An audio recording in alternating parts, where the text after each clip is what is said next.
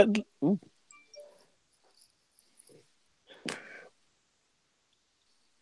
We are God. Hi, good afternoon, good evening, good night. We don't know what time it is, and I caught Phil off guard by starting the broadcast It's no, early. because it's only just gone live on my part here. So yes, hello and welcome back to Ones of the Force of Star Wars podcast. I'm Phil, of course. I'm joined by Dave, and absent as per usual.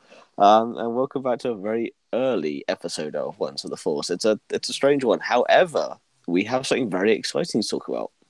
Yeah, literally about 20 minutes ago, maybe 15 minutes ago, the trailer for Solo: A Star Wars Story dropped. It was supposed to come on live during American Idol. They showed the ad, but literally, I think before, because I was following Twitter, their Twitter feed for people watching Idol, there was nothing. And then suddenly I got the notification from StarWars.com that the trailer and poster were out. Posted, by the way, is on our Facebook page, on our Instagram. It If you want looks to have a look at that, stunning. it's I a must really admit, look, nice. I love what they've done with Star Wars in terms of I love the painted posters and all the rest of it. But I think this is one of my favourites so far. It's better than the Force Awakens one. It's better than, well, quite better than the Rogue One we got given, but it's better than the actual Rogue One that was released. Yeah, I really like the look of it. Again, they've very much this Western feel more and more when you see, especially this trailer that's just launched. After this live show, I will be putting up a quick video. I did a reaction as soon as the trailer landed, so I have that. I'll post that up at some point, probably not tonight because it's 2:30 in the morning and I'm going to go to bed after this. But we'll put that out just for an instant thing of my face going, "Ooh, that looks canny." But yeah, so and that's the thing though, because this trailer is different to what I thought it was going to be in terms of I thought it was going to be about 30 extra seconds of footage compared to what we've seen already, whereas actually about 90% new footage. It was, I mean, even like some of the first shots, we get a Star Destroyer being built in the skies of whichever planet that happens to be on at the time. Corellia. That's Corellia, the thing, yeah. it's Corellia, the Corellian shipyards. Just the whole feel of the trailer. Now, I wasn't sold on Aaron. I can never remember his name. So Aaron Nordenreich. That's him. Thank you very much.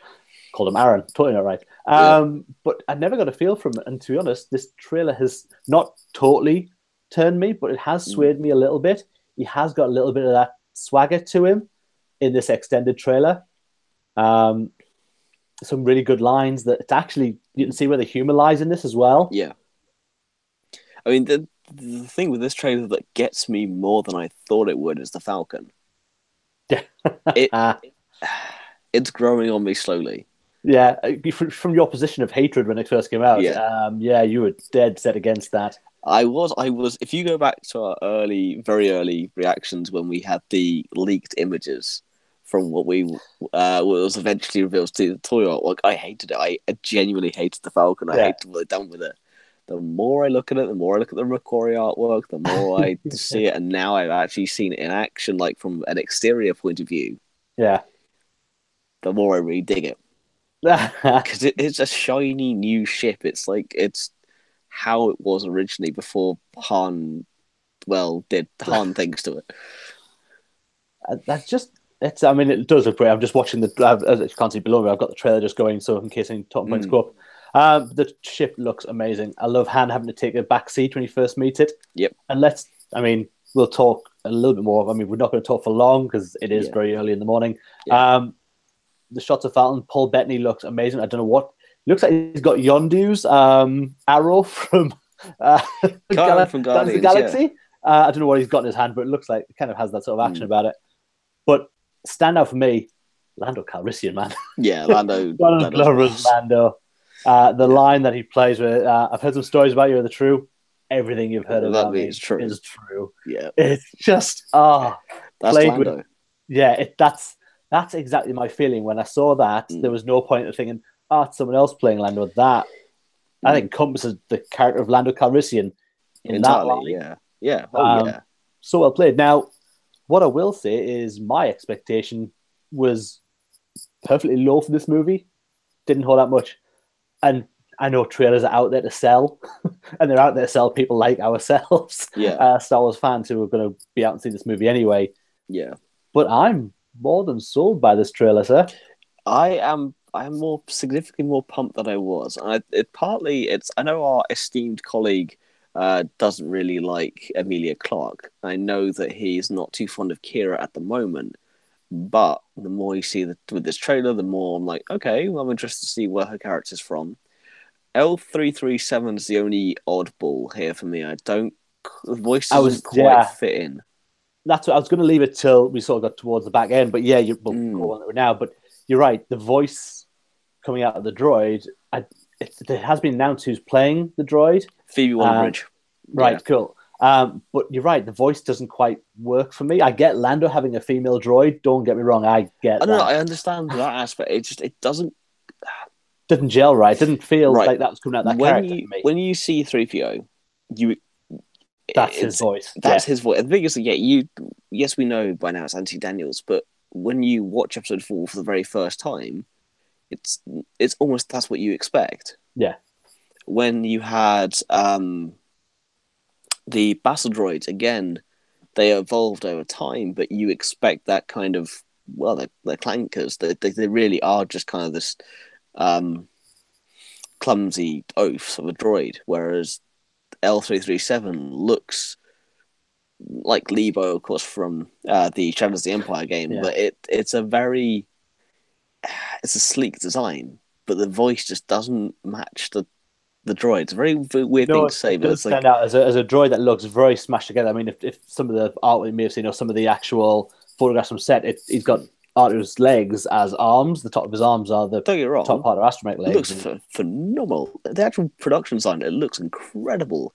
Yeah, the voice doesn't quite match, but willing to let it go. However, if we're going to talk about the droids, we'll talk about the bits and pieces. The one thing I have to say, the range troopers on top of the train look so cool. Yeah, the whole thing on top of the train. Again, we're just going back to the old Western, and that would have been set in a dusty Arizona somewhere, flying through the old West. I don't know if that Arizona's in the old West, and if it's not, I apologize. Anyone in the States who sees it goes, Arizona's not there. You know what I mean? That old Western feel of a train going through, and the guys on top fighting. Big black train with the iron cattle. Exactly, that's what that instills in me as soon as I saw it. Yeah. And yes, it's in the future, long time ago, and the guys far away. Exactly. Sorry. Don't forget though, you have the original story is based on like Seventh Samurai, and you've got some Japanese influences along with operas in there. You have so much influences in the original trilogy, so you can see the West influences in this isn't, it fits the narrative of Star Wars. It's an influence that's been taken and twisted, and if this is Ron Howard's doing especially, then great. I think it looks fantastic. It absolutely does. The whole palette of the whole thing, the whole trailer has that sort of feel to it right the way through. It's very grey, yellow, and matte looking. Sandy, as if, like sand blowing across most of the shots. There's some great lines in the trailer. Han finding out how old Chewie was when he found out. That was a shock.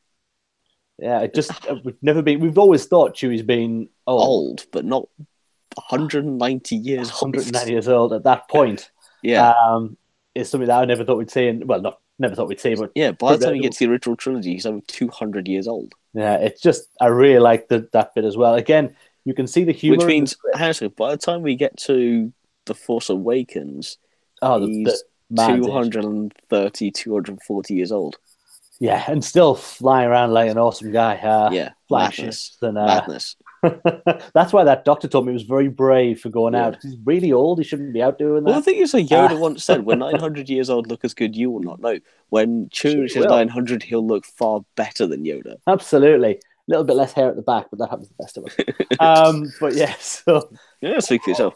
The trailer, the aesthetics all just captured me, and I didn't expect it to. I expected to come on here going, seeing what they've shown us, and I'm still kind of low level pumped for it, but there's a bit in the trailer where Chewie picks up a guy and smashes him down the ground on his head, and that just made it. It's brutal. Yeah, and it kind of made me smile, and that's what I want from a trailer to kind of sell me on the film that I wasn't sure of, and I am more excited now for this movie than I was. I think for me, Lando and Chewie are selling it more than Han.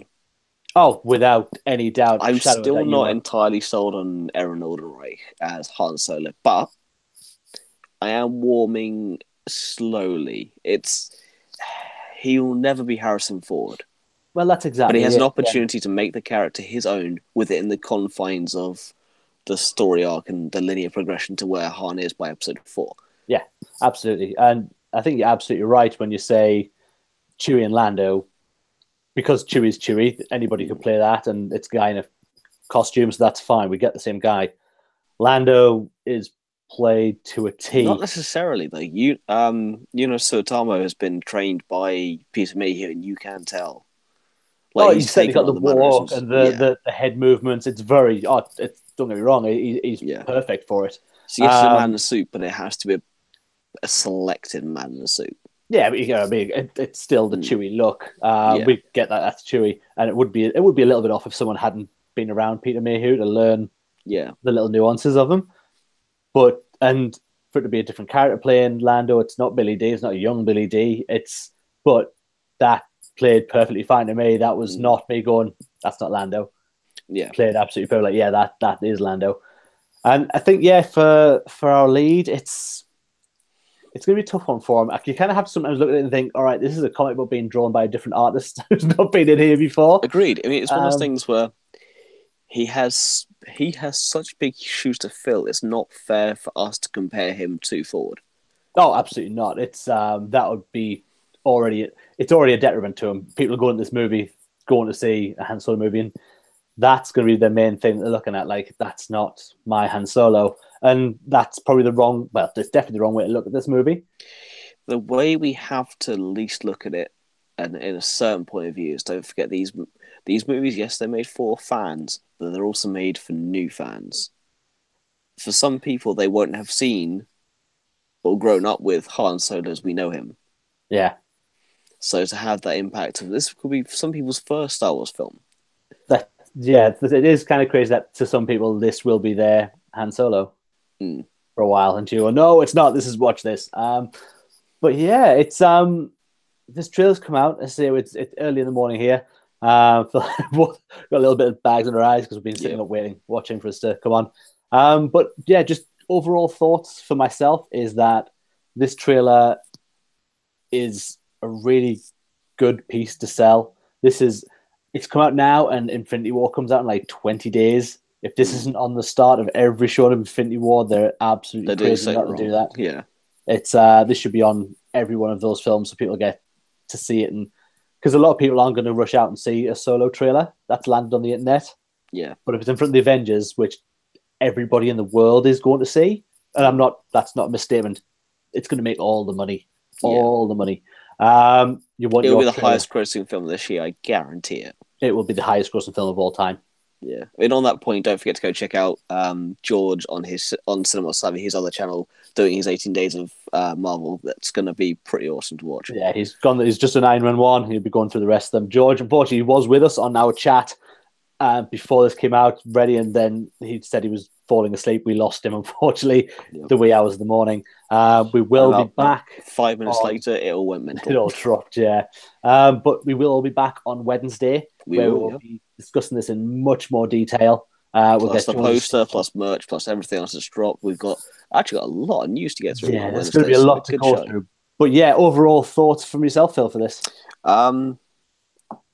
As you said, a good selling point, but it's more of this trailer did a lot to kind of calm my nerves and kind of give me hype I didn't have before. I mean, don't get me wrong, I was still going to low expectations. He's not my Han Solo, but Lando, although he had such a great impact, was such a secondary character in 5 and 6 that I can accept Donald Glover coming in, and he's already made the character his own. That's more acceptable. Kira is a character. I mean, Emilia Clarke I'm okay with. I love Game of Thrones. I love what she does with that. So I'm okay with her. I'm not really looking at her as that role. I'm looking at her coming with fresh eyes.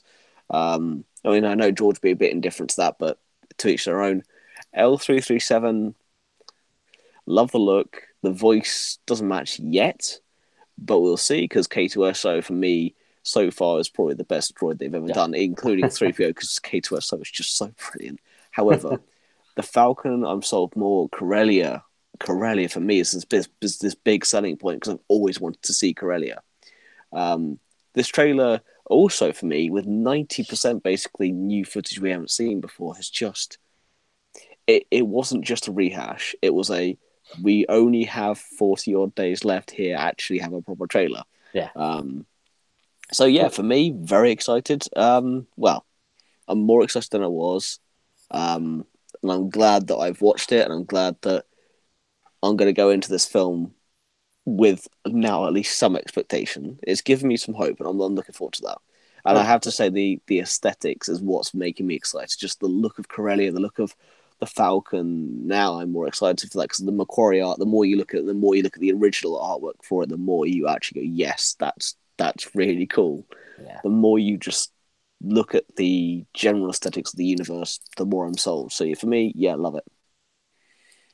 Yeah, myself again. I'm really happy to have seen this trailer. It's played out really well. It's certainly, like you've said, it's upsold me from okay, it's going to be all right. It will be fine, honestly. To you know what, this has an opportunity to actually be a good movie.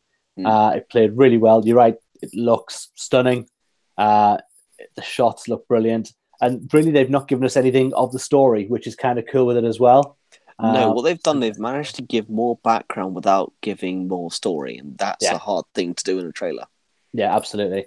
But yeah, so well done to them. And this was really just a quick jump on. Just want to talk about the trailer now, fresh. We will go over it massively more on Wednesday, our normal show. Usually around about 8 o'clock when we all turn up and get there on time is another thing. But we certainly will be 8-ish on Wednesday. We'll be live with a new show.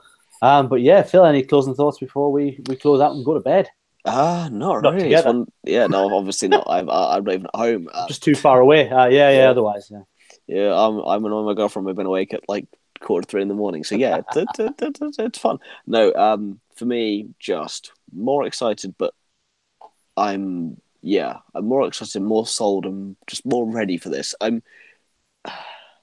It makes me more prepared to face the haters straight afterwards because they're going to come out and force to see this film just to bag on it, and I know they will. I mean, we all know the people. We're all part of groups of this. We've seen the people. We know it's going to happen, but it's not made for them. It's made for fans. It's made for us, and I'm going to go and enjoy it. And for me, I'm now more willing to go and enjoy it than I was before.